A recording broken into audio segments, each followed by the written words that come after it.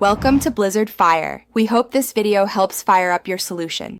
You begin by signing in and securing an API key. This lets you use Elevenlabs from apps or scripts. Once done, pick a voice, either a built-in model or upload your own sample to clone. Make sure to set language and pronunciation preferences so output matches intent. Check your plan limits and character or minute quotas. These affect batch exports. You're ready now to enter the editor because the next step is constructing text, choosing voice settings, and preparing advanced controls. You'll type or paste your script and optionally add SSML-like tags or careful punctuation to shape intonation. Commas and dashes matter. Then adjust speed, pitch, and emphasis sliders so the voice sounds natural.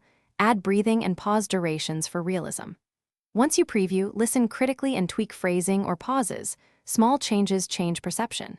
When satisfied, choose output format, MP3, WAV, or copy the API payload. Make sure to test a short segment before exporting full runs to save time. You finalize by exporting the audio in the chosen format or by calling the streaming endpoint for real-time delivery. Select bitrate and mono versus stereo as needed. Next, manage voice versions and permissions so collaborators can reuse assets and review billing to avoid surprises. If output sounds robotic or clipped, test with a single short sentence to isolate the problem, then reset voice settings or simplify punctuation. If problems persist, regenerate with a slightly different voice model or contact support through. Thanks for watching. If you found this helpful, don't forget to like and subscribe.